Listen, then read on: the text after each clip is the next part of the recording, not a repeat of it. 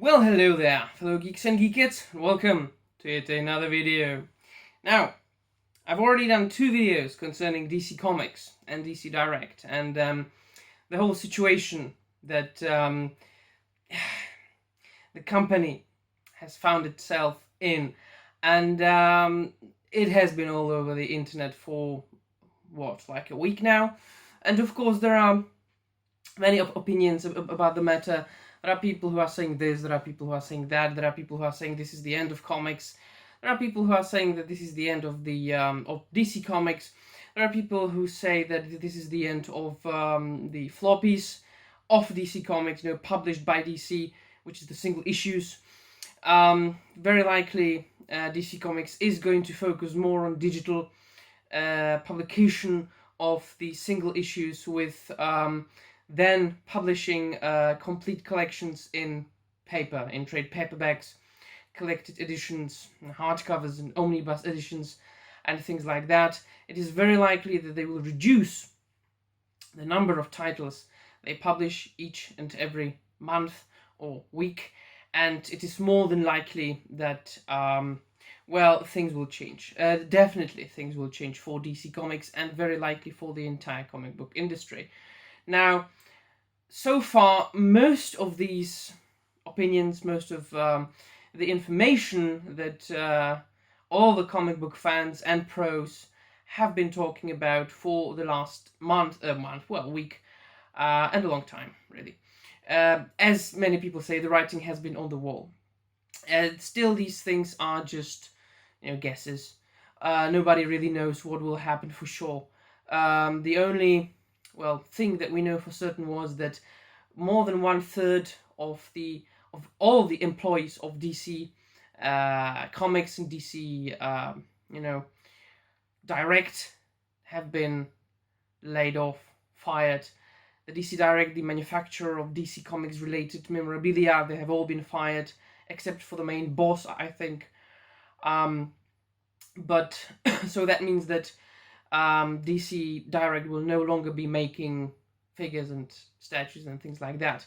So the conclusion of this part of the video, of the introduction, is that things will most certainly change, and that it is very likely that in the very near future we will no longer, or people in America and in Britain will no longer be able to go to comic book shops each and every week or each and every month to get their comic book floppies.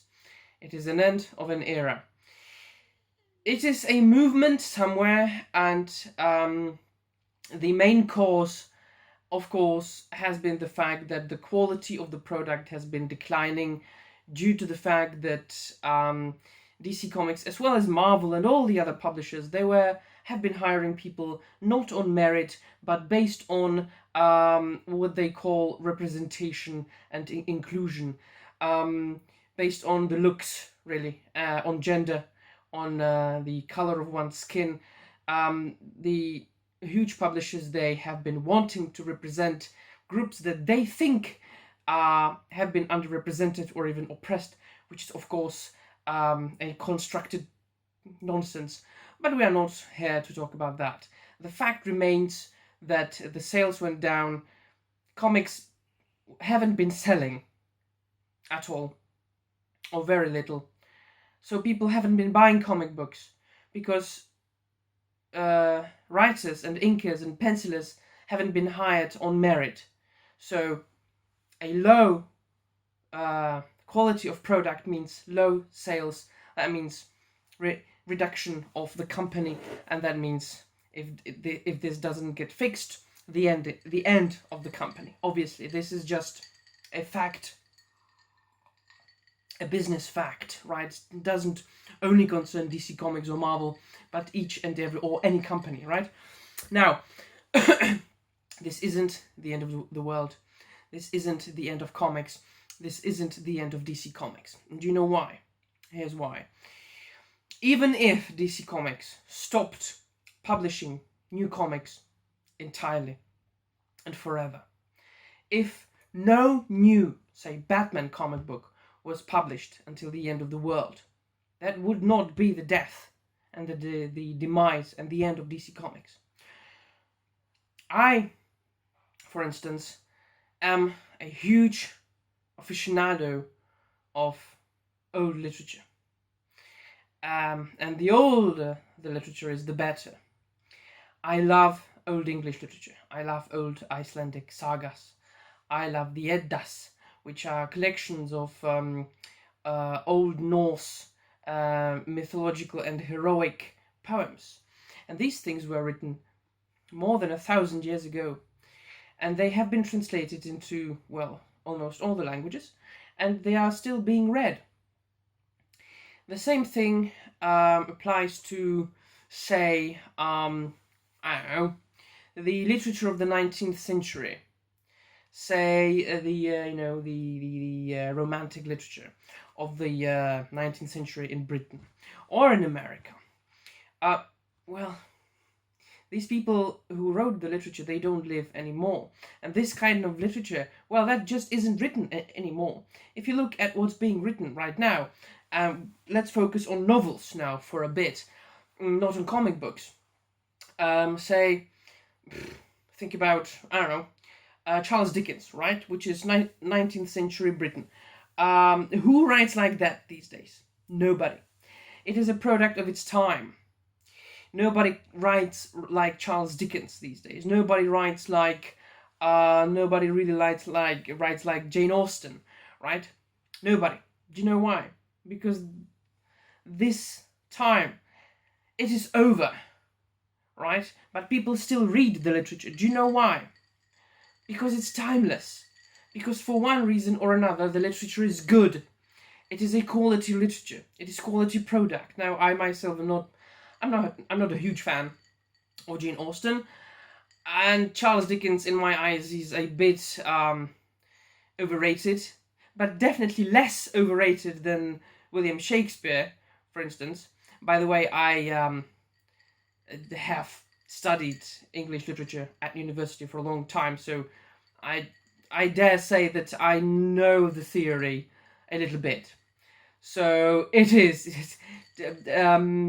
William Shakespeare is definitely overrated. So, but anyway, in any case, he is, or she, is still popular for some reason. People read Shakespeare still. Not everybody reads Shakespeare, but not everybody reads Tolkien. Not everybody reads Charles Dickens. Not everybody reads Beowulf, the Old English epic poem. But there are many people who read that book. There are many people who read this book. There are many people who enjoy this kind of literature or that kind of literature that was written 100 of years ago, thousands of years ago. People still read it. The same thing will happen to the American comic books. The American comic books have been published monthly, weekly, for more than 80 years consecutively, without any interruption. This is more than 80 years of history when comic books have been being published. Now, this is much longer than many of the literary chunks of history or literary periods of history, right? So it's just the way it is. I will always be a fan of comic books, and there, as I said, due to the fact that comic books have been published for more than 80 years, there is such a huge backlog. There are so many comics that you can read from the past, from the history of the 80 years, that you will never, ever, ever, ever read each and every single comic book in your life. So there will always be comics to read. Even if no new Batman comics or Spider-Man comic book or freaking Green Lantern comic book was published until the end of the world. And if we do look at it from another point of view, I do see it as a positive. It is a good thing. And you know why? Because for the last 10 years, also, maybe a bit less, definitely for the last 5 or 6 years, the modern comic books have been shit. the quality really wasn't good. I can only come up with two titles that just, or three titles that were published by DC or Marvel in the last 5 years that I truly enjoyed and loved. In the 5 years, 3 titles. And these were just miniseries or maxi series of 12 issues at most. The first one is Dark Knight's Metal. The second one is Jonathan Hickman's House of X and Powers of 10. And the third one just slipped my mind. The White Knight series. So actually there are 4. The Batman the White Knight by Sean Gordon Murphy, and the fourth one is the Green Lantern reboot by Grant Morrison. Otherwise, I could come up with more, but these are the 4 comics that I could think of that I really, truly, honestly, very much enjoyed in the last 5 years. That's not too much, right? Or maybe it is. I don't know. But it is enough for me.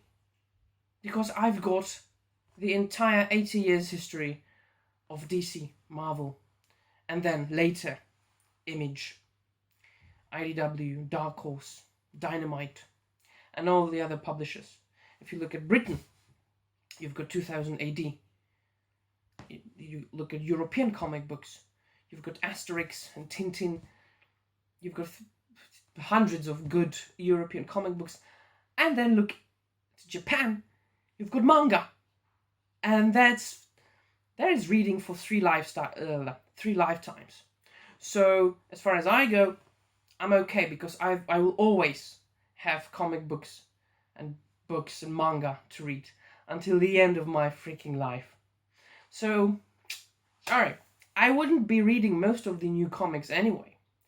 So that's why DC Comics will never die, because as long as people will read that which has already been published, as long as people remember, as long as people love the comic books, the good comics that have been published and written and published by DC, DC Comics will forever be alive and live in the hearts of the readers and the fans. The same way Beowulf, the old English poem, has been alive for more than a millennium and a half. So yes, that's why. What do you think? Do you agree with me? Do you share my opinion? Or does your opinion differ in any way? Let me know in the comments down below. And that will be all from me, my friends. See you soon. Keep reading, and bye.